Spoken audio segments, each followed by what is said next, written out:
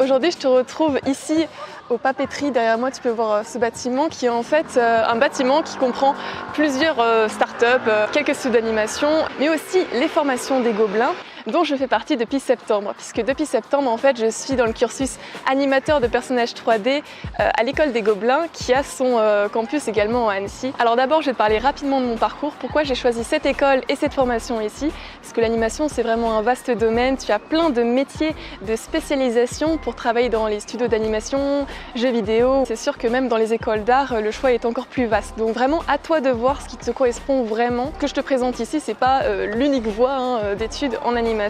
Il y a plein d'autres spécificités. Il y a storyboarder, il y a cara designer, enfin vraiment pour faire un film il faut de tout, il faut plein de métiers différents. Mais justement les films sont tellement précis et tellement élaborés maintenant avec beaucoup de techniques que forcément il faut que pour bosser dans les studios d'animation avoir quand même un certain taux d'expertise dans un domaine particulier, être vraiment spécialisé dans quelque chose. Quand tu vois le degré de détail pour faire la fourrure par exemple, et ben oui, il y a une personne qui est faite que pour faire la fourrure. Donc me concernant, c'est animateur de personnages 3D.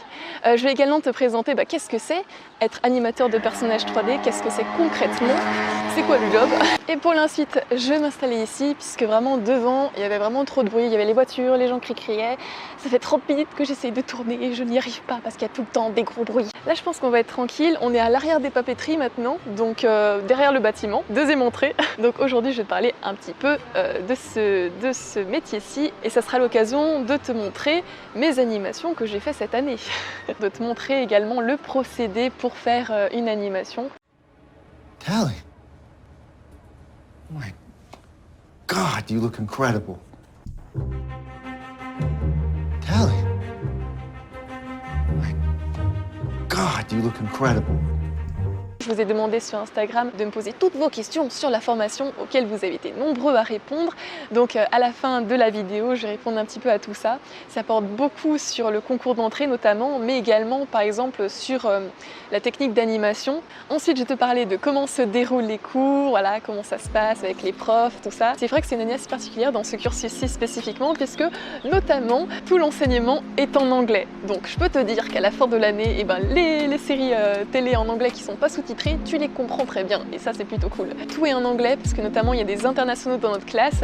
Cette année on avait 2 taïwanaises, un indien, une kazakhstanaise, une thaïlandaise, 2 espagnols et une personne qui venait d'Amérique latine. Donc voilà, ça fait quand même plusieurs personnes de l'étranger, ce qui font que voilà, tout le contenu pédagogique est en anglais. Il y a aussi autre chose qui est assez particulier pour cette formation-ci, c'est que chaque mois tu as un intervenant différent, tu as un prof différent, donc une seule personne pour tous les mois et chaque mois ça change pratiquement ou même des fois c'est un intervenant qui vient pour 2 semaines. Là l'avantage c'est que notamment c'est des intervenants qui bossent dans le milieu professionnel, ils sont pas vraiment profs de base, ils savent vraiment la demande pour les films, voilà, qu'est-ce qui se passe dans le milieu du travail, voilà, c'est des retours qui sont très intéressants. Mais ça je vais le détailler un petit peu plus tard. Il faut que je te dise le sommaire et ensuite on passe à la suite. Hop, je me décale un peu comme ça tu peux voir l'intérieur. Plutôt pas mal. Voilà, bon je sais pas si tu vois grand chose en fait. Le cadrage est plutôt pas mal, c'est ok. Oui, c'est parfait à peu près. Alors mon cursus vraiment dans les grandes lignes, je vais essayer d'aller assez rapidement. J'ai fait une seconde générale option art plastique avec l'atelier cinéma. C'est à partir de ce moment-là que j'ai commencé aussi à m'intéresser au cinéma d'animation puisque côté de ça, je dessinais beaucoup. Et donc atelier cinéma plus dessin, cinéma d'animation. Voilà, mais à l'époque, je pensais pas encore bosser dans le cinéma d'animation. J'étais très mal informée. Le conseiller d'orientation du lycée n'était pas plus informé que moi du tout. Pour lui, c'était docteur. Enfin, vraiment les trucs classiques, quoi. Donc, j'ai vraiment dû chercher un peu par moi-même. Et c'est d'ailleurs pour ça aussi que je fais cette chaîne YouTube et que je te fais des vidéos de ce type-là. C'est qu'à l'époque, vraiment, je ne trouvais pas vraiment. De bouche à oreille, personne n'en parlait de ces cursus-ci. J'ai fait ma rentrée en L parce que justement, j'avais toute cette désinformation-là. Et finalement, j'ai appris qu'il y avait un lycée qui faisait art appliqué, dont on m'avait absolument pas parlé, qui faisait STD2A. Et là, j'ai eu un coup de chance, puisque en vue de mon bulletin, quand je les ai recontactés, ils m'ont dit qu'une place était libérée. Et donc, j'ai pu quitter elle la première semaine de la rentrée pour rentrer en STD2A, en art appliqué, donc ça a été mon bac. Voilà, à l'issue de ce bac-ci, je suis rentrée en BTS design graphique, j'ai fait 1 an en design graphique et je me suis dit que ça me plaisait pas. Et entre-temps, je me suis renseignée sur l'animation justement et donc j'ai tenté les DMA cinéma d'animation. En premier vœu, le DMA cinéma d'animation 3D de l'école Estienne. J'ai eu la chance d'avoir mon premier vœu qui a été accepté. J'ai passé 2 ans dans ce cursus-ci et à l'issue de ces 2 ans, tu devais faire en fait un film de diplôme en animation 3D, mais tout seul. Déjà, ça me permettait de toucher pour la première fois à la 3D. Voilà, parce qu'à côté, je me disais que la 2D, bon, je peux toujours le faire un peu par moi-même. Je touchais déjà notamment à TV Paint à l'époque, donc je savais comment ça fonctionnait. Mais la 3D, c'était un monde inconnu pour moi que j'avais envie de découvrir. C'est pour ça que j'ai fait ce premier choix en animation 3D. Et ce qui est très intéressant, du coup, par le fait que tu dois faire un film par toi-même tout seul, c'est que tu peux voir vraiment toutes les étapes de la conception et notamment ce qui te plaît le plus dans ces étapes-ci. Alors forcément, moi j'ai adoré l'étape de la création, faire les illustrations, les dessins, tout ça. Mais j'ai aussi énormément aimé l'animation de personnages et il se trouve que l'école des Gobelins a un cursus d'1 an avec comme prérequis pour y rentrer de devoir en fait apprendre pendant 2 ans un logiciel 3D. Ce qui rentrait pile poil dans ce que j'avais fait et qui donne l'équivalent en fait d'un bac plus 3 plus la spécialisation vraiment d'animateur 3D qui te permet de bosser plus facilement dans les studios d'animation un peu où tu veux, que ça soit à Montréal, à Londres et compagnie, puisque c'est un métier qui te permet aussi de bouger énormément dans le monde et me concernant, j'ai énormément envie de travailler à l'étranger, pour ça que je me suis dirigée aussi vers ça, c'est que ça te donne notamment le statut d'intermittent, de freelance, mais voilà, des métiers qui font que tu as des contrats à durée limitée de 6 mois, le temps de la production. Donc ça, c'était quelque chose qui m'intéressait pas mal, de ne pas être attaché à un endroit spécifique pendant un certain temps. J'aime bien découvrir de nouvelles choses, donc c'était quelque chose qui me convenait bien. Et surtout, je me suis dit que ça me permettait, notamment avec ces contrats de 6 mois, de pourquoi pas exercer en tant qu'illustrateur à côté, avoir plusieurs casquettes, être animateur 3D d'un côté pendant 6 mois et pourquoi pas entre 2 productions de films d'animation, bosser pendant 2 mois à faire des illustrations ou un livre d'illustration jeunesse ou des vidéos YouTube et améliorer la chaîne YouTube. Donc voilà, c'était le but et c'est pour ça que je suis rentrée dans cette formation-ci. Aussi, je tiens à préciser que l'école des Gobelins a aussi une formation en 4 ans qui est même plus célèbre que cette formation que je te présente-ci en animation de personnages, mais plutôt orientée 2D. Et donc ces 4 ans, c'est encore 4 ans. Moi, je voulais pas faire encore 4 ans, j'avais plutôt envie quand même de rentrer dans le monde du travail maintenant. Je me voyais pas vraiment animer un personnage pose to pose, vraiment avec une pose là et ensuite là tu dois tout redessiner. Moi, ce que j'aime beaucoup dans le dessin, c'est notamment faire du croquis d'observation en montagne, voilà, quand tu bouges avec ton carnet de voyage ou quand tu dessines des illustrations avec plein de couleurs, d'aquarelles, de pastels. Donc ça, c'est vraiment beaucoup le côté illustration et c'était moins animation et je me voyais moins me lancer dans l'animation 2D.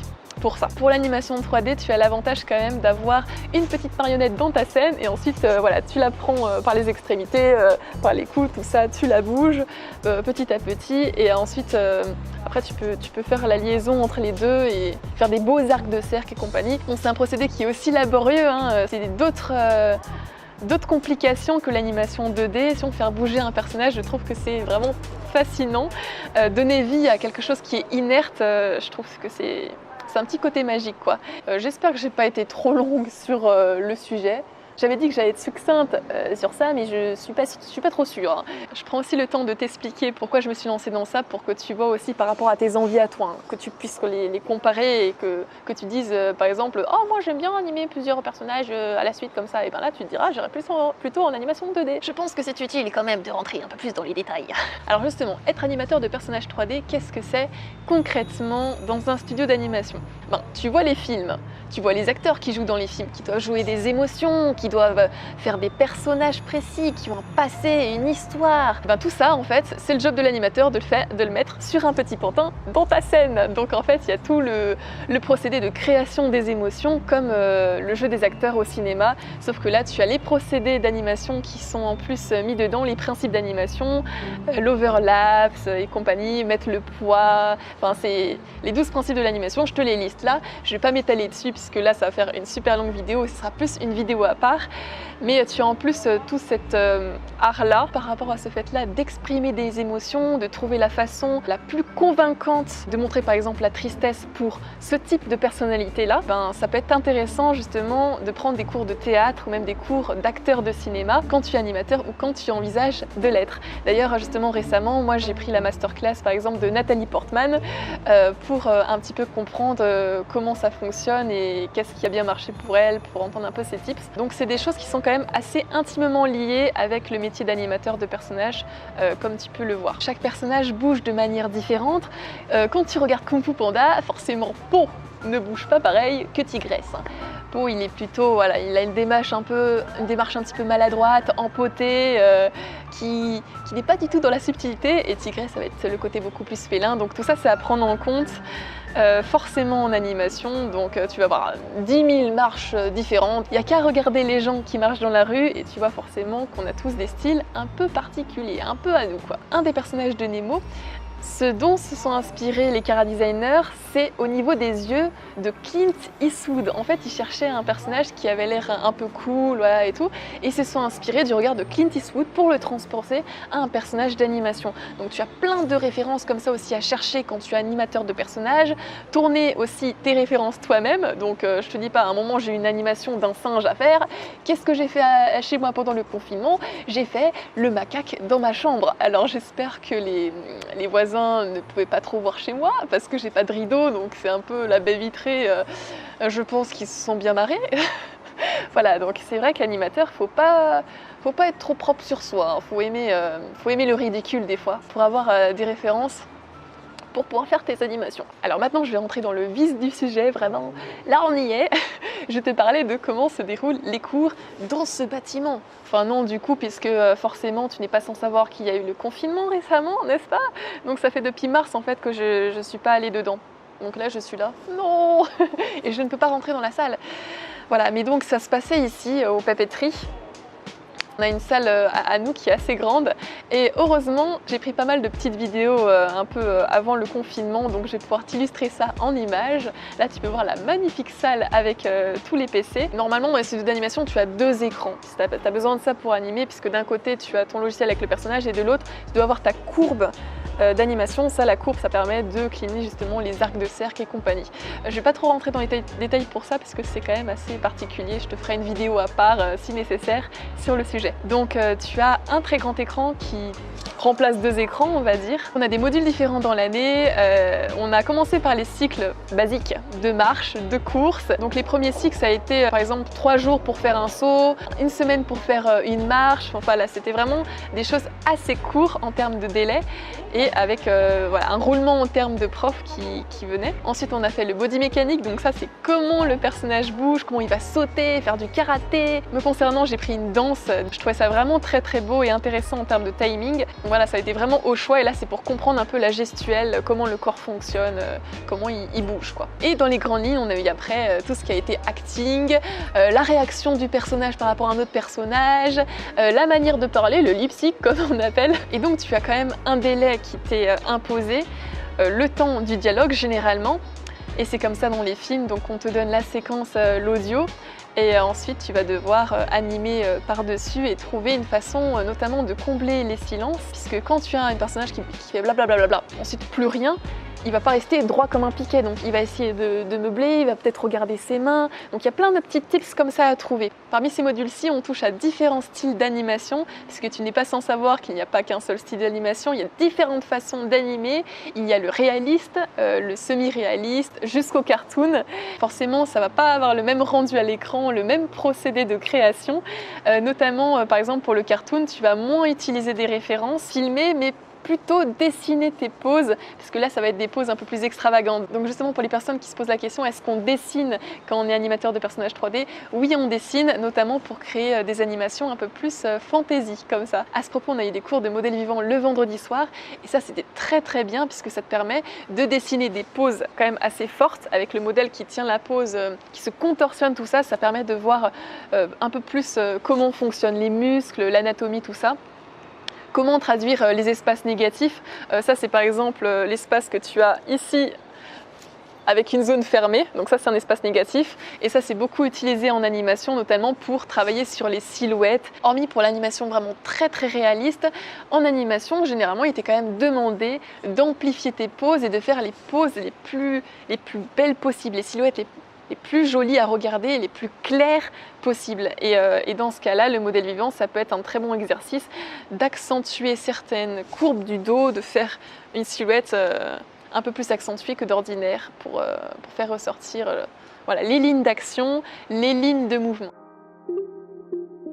On va tout de suite commencer avec Draw & Cookie qui me demande qu'est-ce qui t'a le plus plu dans la formation, qu'est-ce que tu veux faire après? Alors, ce qui m'a le plus plu dans la formation, sans hésiter, c'est les masterclass qu'on a eues avec des gens qui ont quand même des parcours formidables. C'est assez impressionnant quand même d'avoir un retour d'une personne qui a travaillé sur des films qui t'ont fait rêver et qui t'ont fait te lancer dans le métier.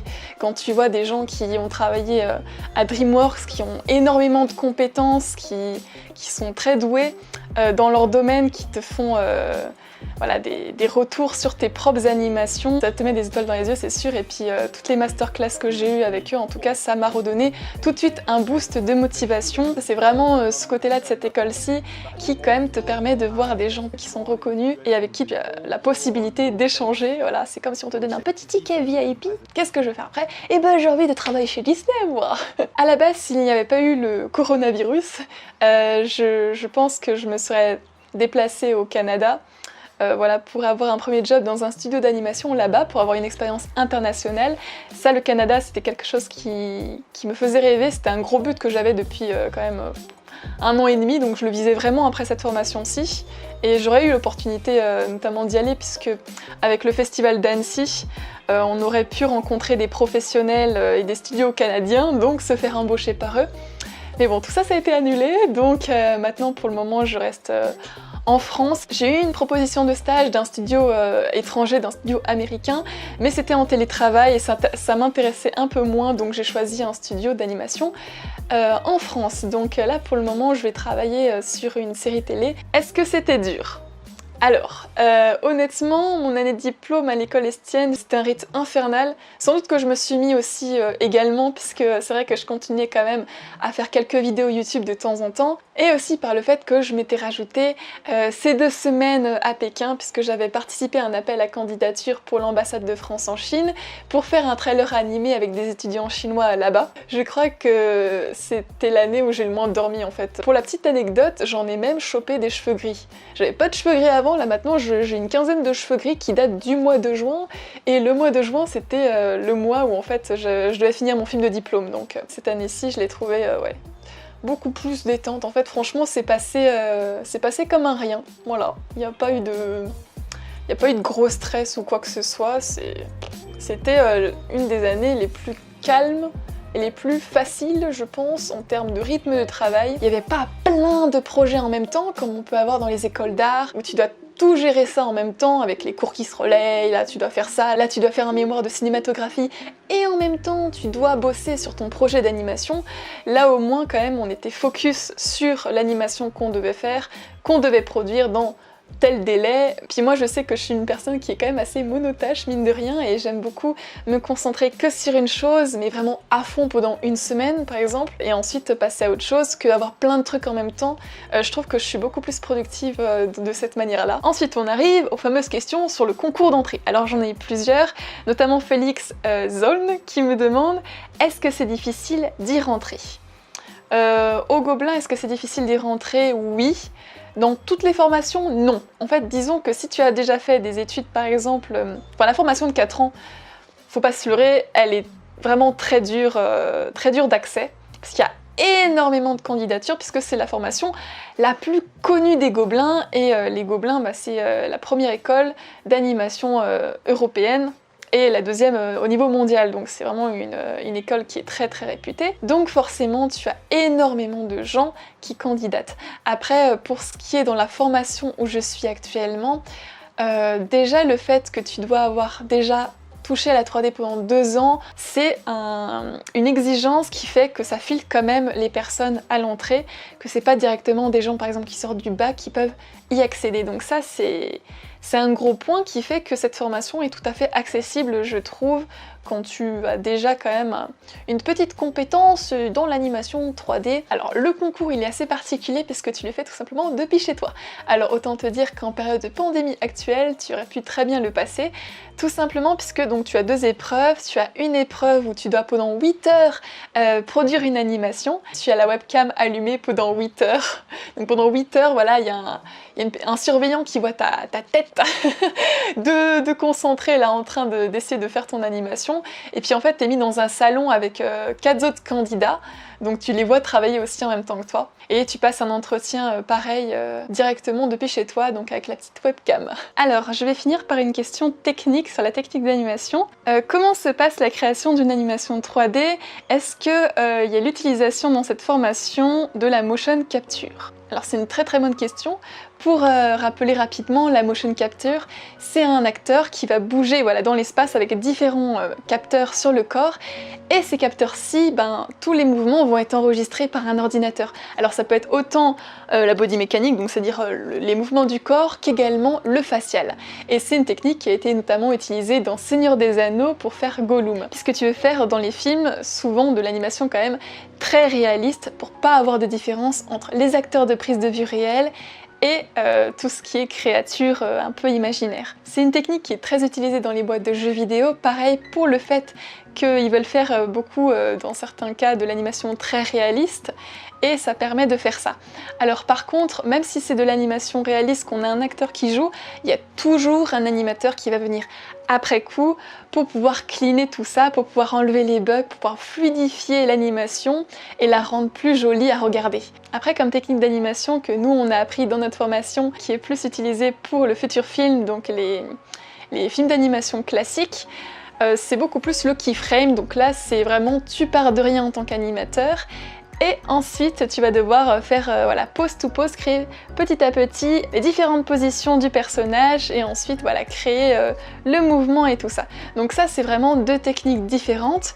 Ça veut pas dire qu'un animateur au cours de sa carrière ne va pas switcher d'un à l'autre, hein. Et si je suis amenée à travailler dans une boîte de jeux vidéo, je vais pouvoir aussi travailler sur cet aspect-là de mocap. Alors voilà, c'est la fin de cette vidéo, j'espère que j'ai réussi à répondre à la majeure partie de tes questions, tes interrogations, que ça t'a un peu éclairé sur le domaine, ou qu'en tout cas ça t'a fait découvrir un métier en animation. Moi je te dis à bientôt pour une prochaine vidéo, et en attendant, à tes crayons.